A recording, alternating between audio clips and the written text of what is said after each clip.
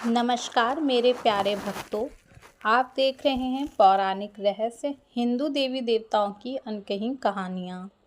छठ पूजा के दिनों में जब सूर्य भगवान और छठ मैया की आराधना पूरी श्रद्धा भाव से की जाती है, तब कुछ ऐसे नियम और पाबंदियाँ होती हैं जिनका पालन करना बहुत ज़रूरी है।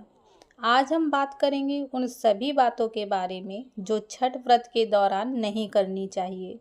तो वीडियो को अंत तक ज़रूर देखिए, क्योंकि आखिर में मैं बताऊंगी एक ऐसा रहस्य जो आपके छठ व्रत को और भी शक्तिशाली बना देगा।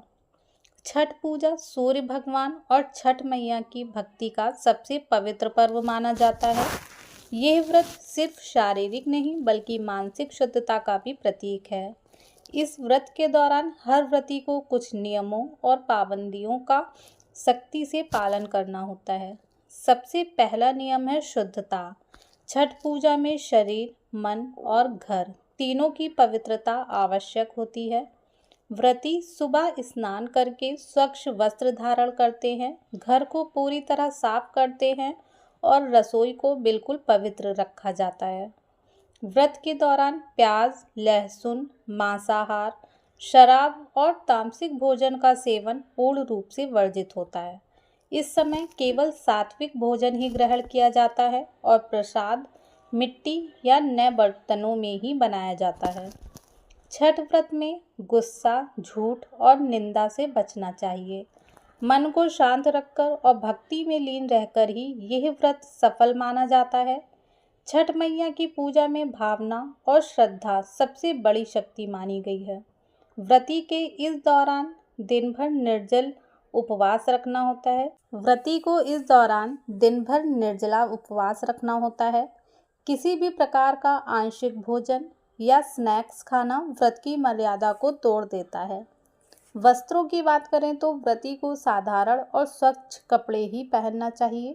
कपड़ों में चमक दमक या सिंथेटिक कपड़े नहीं बल्कि सादगी और पवित्रता झलकनी चाहिए।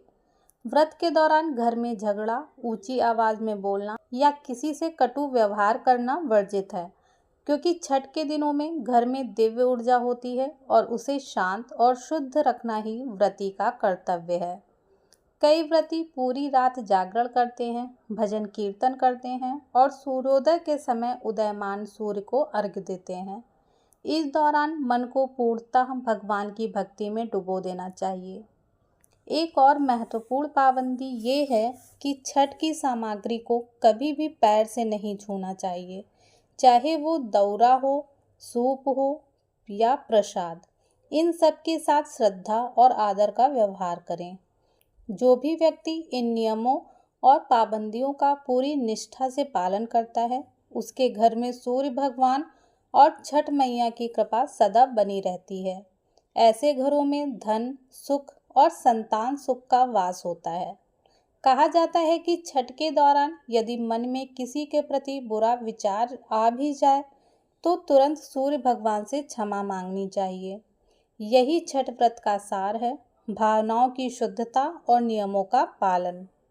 तो दोस्तों, अगर आप भी इस साल छठ मैया का व्रत रखने वाले हैं तो इन नियमों और पाबंदियों का विशेष ध्यान रखिए। याद रखिए, व्रत की सबसे बड़ी ताकत श्रद्धा और शुद्ध भावना में होती है। अगर वीडियो अच्छा लगा हो तो लाइक करें, कमेंट में लिखें जय छठी मैया और सब्सक्राइब करें पौराणिक रहस्य हिंदू देवी देवताओं की अनकही कहानियों को, ताकि ऐसे ही भक्ति और रहस्य भरे वीडियो आप तक ज़रूर पहुंचते रहें। जय छठ मैया।